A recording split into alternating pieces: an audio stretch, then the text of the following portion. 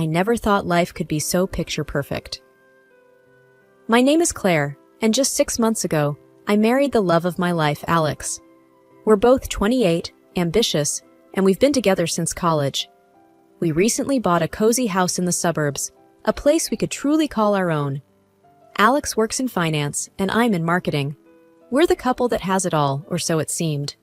One evening, I was setting the table for dinner, waiting for Alex to come home. He'd been working late a lot lately. Just then, my younger sister Lily dropped by. She lives nearby with her husband, Mike. Lily's always been more than a sister to me. She's my confidant, my best friend. "Hey, Claire, dinner for two again?" Lily asked as she breezed into the kitchen. I forced a smile. "Yeah, Alex has been swamped at work, lots of late nights." She grabbed an apple from the fruit bowl and sat at the kitchen island. "You worry too much, sis. Alex is just climbing that corporate ladder. You should be proud." I shrugged, pouring us both a glass of wine. "I guess you're right, it's just... he seems so distant lately." Lily sipped her wine, her brows furrowing a bit. "Distant how?" I sighed, picking at my salad. "He's just not himself. Short answers, always tired, and when he's home, it's like he's not really here." Lily reached across the table, giving my hand a reassuring squeeze. "Work can be a beast. Give it some time. He's probably just stressed." "Yeah, maybe." I tried to shake off the feeling of unease. The front door opened, and Alex walked in, looking tired but managing a smile. "Hey, love. Hey, Lily." Lily waved. "Hey, workaholic. You're missing out on your wife's amazing cooking." Alex chuckled, hanging his coat. "I know, I'm the worst. Sorry, babe. Work's just crazy right now." I smiled weakly. "It's okay. Dinner's ready." We sat down to eat, but the conversation was forced. Alex seemed a million miles away, lost in his thoughts. After dinner, he excused himself to make some calls for work. I cleaned up, feeling a knot of worry in my stomach. Lily watched me for a moment. "Claire, don't let this get to you. He's just busy. It happens." I nodded, not entirely convinced. "You're probably right." As I watched Alex talking on the phone from the living room, his expression serious and distant, I couldn't help but wonder if Lily was just trying to keep me from worrying. Little did I know, this was just the beginning. The weeks slipped by, and Alex's late nights became the new normal. It was a cold Tuesday evening, and I was sitting on the couch, staring at my phone. It was almost 10 p.m., and Alex wasn't home yet. My concern was turning into frustration. Just then, my phone buzzed. It was Lily. "Hey, Claire, still up?" Her voice was light, but I could hear the concern. "Yeah, just waiting for Alex. He's late again." My voice sounded more annoyed than I intended. Lily was silent for a moment. "Still at work?" "That's what he says," I replied, my tone skeptical. "He's always got some excuse. Busy, meeting, you name it." "Have you talked to him about it? I mean, really talked?" I sighed, rubbing my temples. "I've tried, Lil. It's like talking to a wall. He just brushes it off and says I'm worrying over nothing." There was a pause, and then Lily said, "Maybe he's just under a lot of pressure. You know how his job is." I rolled my eyes, even though she couldn't see me. I know, but it's more than that. He's different, distant, and when he does talk, it's like he's annoyed with every question I ask." "Look, Claire, don't work yourself up.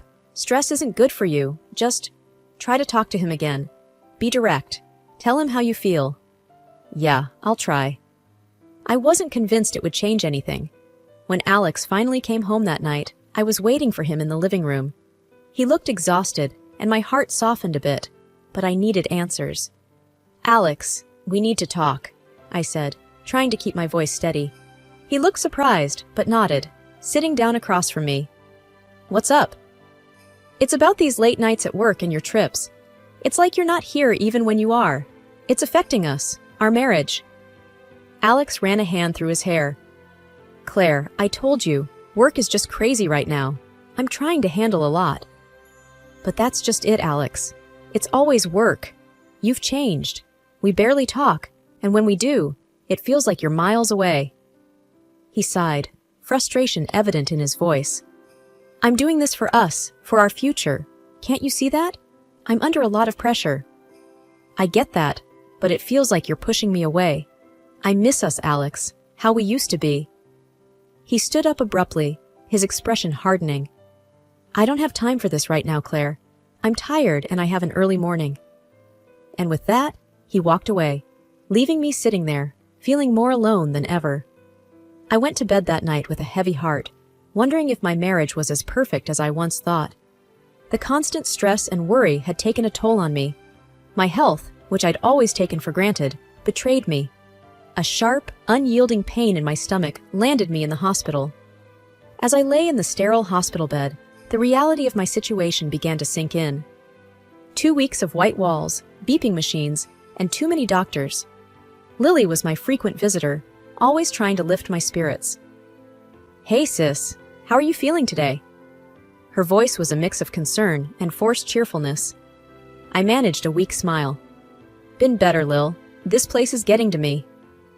She sat down beside my bed, holding my hand. Alex been by? The question stung. No, he's busy as always. Lily frowned. That's not right, Claire. He should be here. I looked away, feeling a lump in my throat. I guess his work is more important. There was silence for a moment, and then Lily said firmly, No, Claire, you're important. You're his wife. He should be here for you. Her words were meant to be comforting, but they just made me feel more alone. I turned to face her, my voice barely above a whisper. I don't know what's happening to us, Lil. It's like he's not the man I married. Lily squeezed my hand. Give him time, Claire. Maybe he doesn't know how to handle this. Men can be clueless sometimes. But deep down, I knew it was more than cluelessness. Alex's absence spoke volumes, and the message was clear. I was in this alone. The day I was discharged from the hospital, Lily came to pick me up. Ready to get out of here? She asked, trying to sound upbeat. Yeah, can't wait to see home, I replied, though the thought of returning to an empty house wasn't exactly comforting. As we drove home, Lily kept the conversation light, but my mind was elsewhere. I couldn't shake the feeling of dread about going back to a place that no longer felt like home. When we arrived, Lily helped me settle in. You need anything? Just call me, okay? I'm just a few minutes away. I nodded, feeling a mix of gratitude and sadness. Thanks, Lil. I appreciate it. She gave me a hug, a little tighter than usual. Take care, sis. And remember, I'm here for you. As I watched her leave, the reality of my situation hit me. My marriage was on the brink, and the only person I could rely on was my sister. The feeling of isolation in my own home was overwhelming, and for the first time, I began to accept that my life was changing, and not for the better. Back at home, the silence was deafening. Alex was still at work, or so he said. The house felt neglected, dusty and unkempt, a stark contrast to the neat home we once shared. I decided to distract myself by cleaning, starting with our bedroom. As I was vacuuming under the bed, something small and shiny caught my eye. It was an earring, a gold one with a red stone. Not mine, definitely. My heart raced as a realization hit me. It looked exactly like the pair Lily wore often. Later that evening, Alex came home. I confronted him, holding the earring out. Alex, what is this? Where did this come from? He glanced at the earring and then at me, his face unreadable. I don't know, Claire. Maybe it's one of yours? It's not mine. I've never seen it before. My voice was firm, but inside I was shaking. He shrugged, avoiding my gaze. Maybe it's Lily's or one of your friends. I don't keep track of your jewelry, Claire. His dismissive tone infuriated me. You think I wouldn't recognize my own sister's earring? Or my friend's, for that matter? Alex's expression hardened. I don't know what you want me to say, Claire. It's just an earring. Maybe it got mixed up in our stuff when we moved in. I knew he was lying. The earring was too distinctive, too familiar. Don't treat me like I'm stupid, Alex. This is Lily's earring. How did it end up under our bed? He sighed, rubbing his forehead. Look, Claire, I'm tired. Can we not do this now? I've had a long day. But I couldn't let it go. No, we're going to talk about this now. This is serious. He looked at me, his eyes cold. I'm not having this conversation, Claire.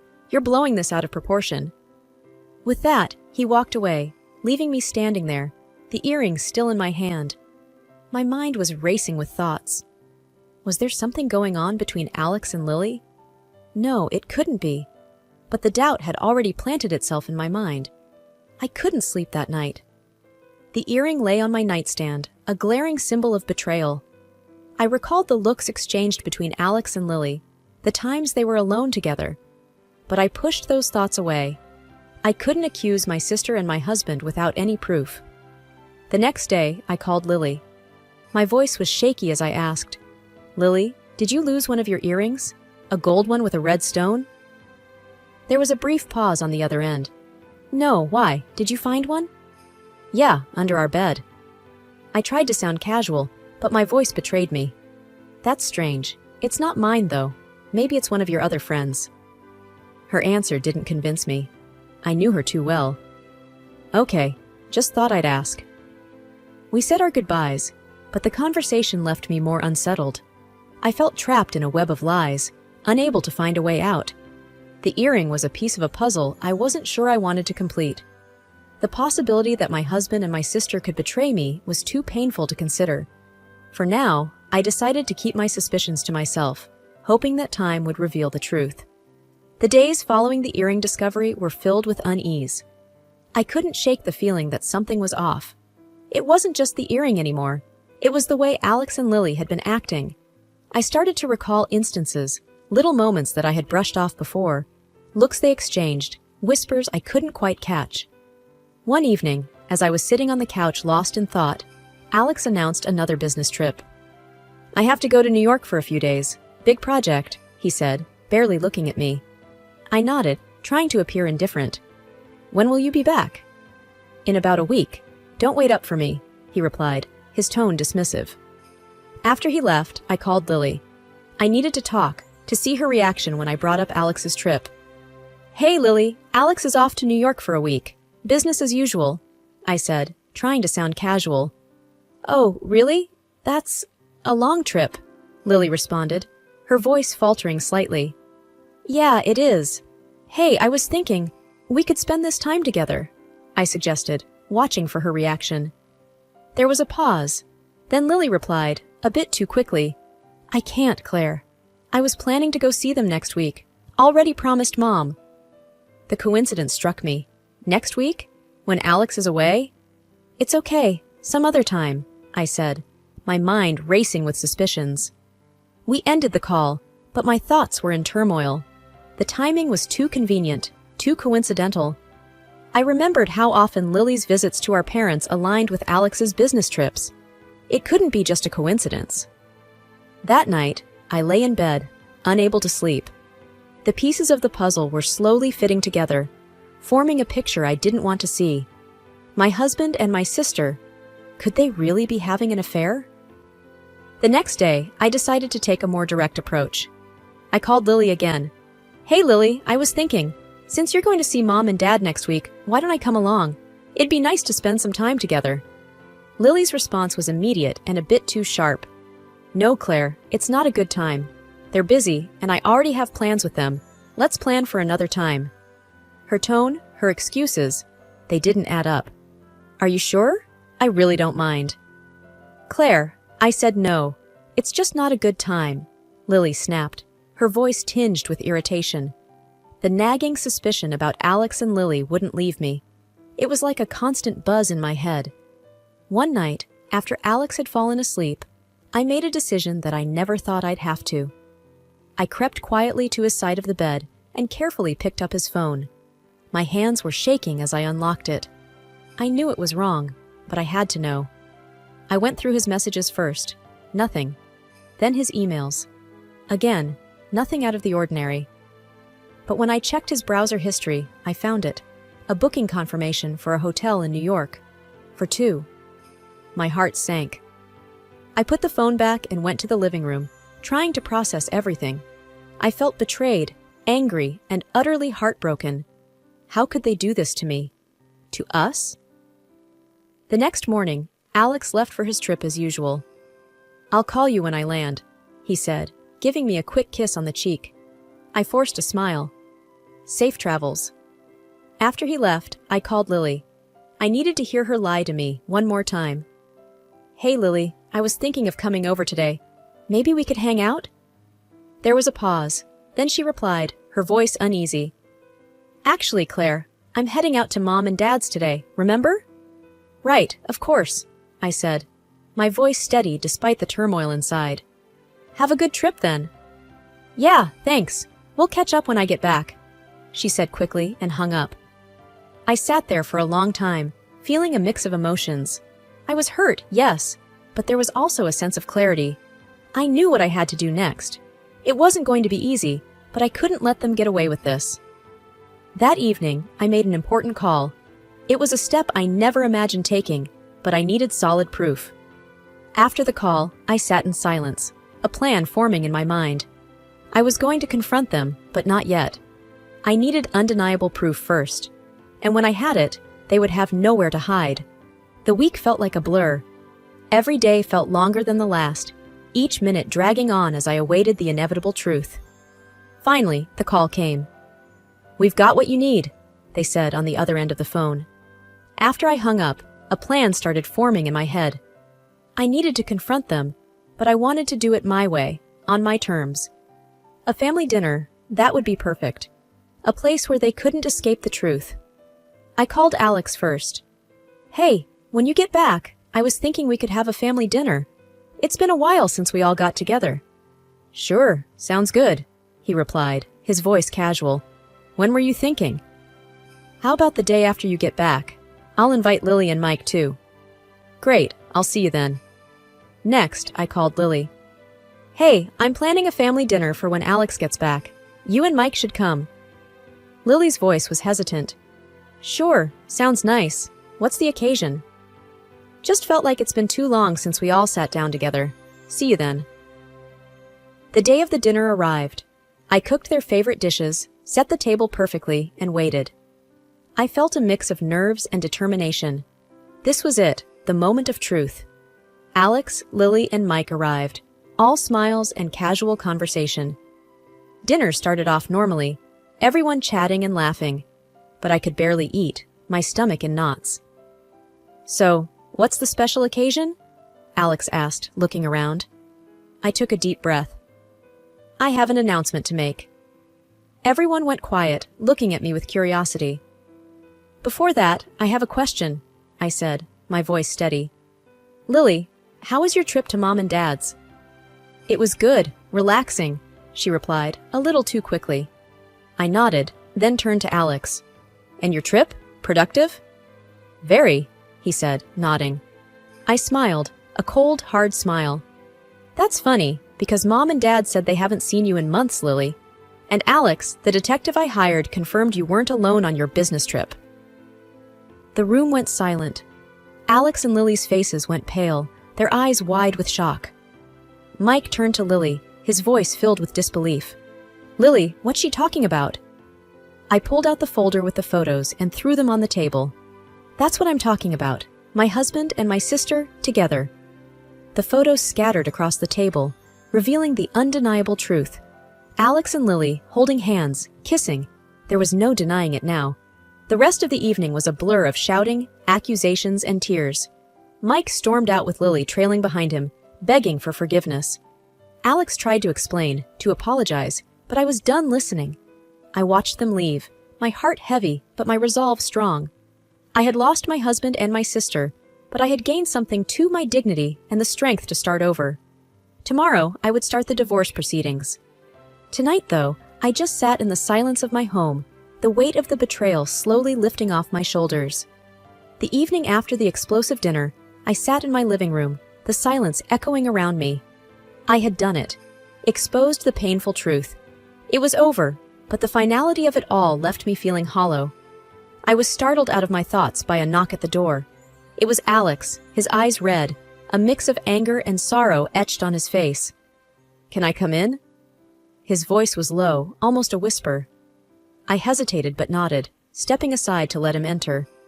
He stood there, looking around the room as if seeing it for the first time. "Claire, I don't even know where to start." "You don't have to," I said, my voice firm. "There's nothing you can say that will change what happened." He ran his hands through his hair, a gesture of frustration. I know I messed up. I know I hurt you, but you have to believe me. It didn't mean anything. I laughed, but there was no humor in it. Didn't mean anything? You had an affair with my sister, Alex. How could that not mean anything? He flinched at my words. I don't know how it happened. It was a mistake, a huge mistake. I love you, Claire. I shook my head, feeling a surge of anger. Love? Is that what love looks like to you? Betrayal? Lies? Alex took a step towards me, his hands outstretched. Please, Claire, let's try to work this out. We can go to counseling, we can… I cut him off, stepping back. No, Alex, it's too late for that. You made your choice, and now I'm making mine. He looked defeated, his shoulders slumping. So that's it? We're just… over? I nodded, feeling a strange sense of calm. Yes, that's it. We're over. I'll have my lawyer contact you about the divorce. He stood there for a moment longer, as if waiting for me to change my mind. But when I said nothing more, he turned and left, the door closing quietly behind him. I sat down, the finality of the situation sinking in. I had lost my husband and my sister, but I realized I had gained something too, my self-respect and a chance to rebuild my life on my terms. The next few days were a whirlwind of lawyers and paperwork, but I faced it all with a newfound strength. I was determined to come out of this stronger and wiser. In the end, I received most of the property and a fair settlement. It wasn't about the money or the house, though. It was about starting fresh, about reclaiming my life. I lost touch with Lily and Alex. The betrayal was too deep, the wounds too fresh. Maybe one day we could find a way to forgive, but that day was not today. I stood in my now quiet house, a mixture of sadness and hope in my heart.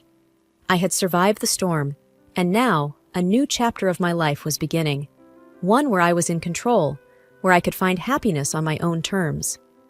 As I looked around the room, I realized this wasn't just an end.